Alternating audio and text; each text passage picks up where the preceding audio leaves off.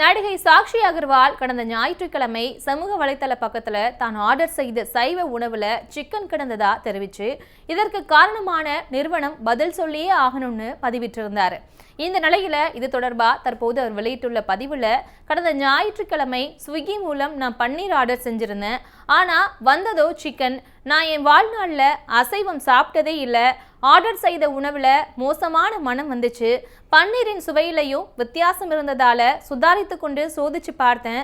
அது சிக்கன்னு தெரிஞ்ச உடனே வாந்தி எடுத்துட்டேன்.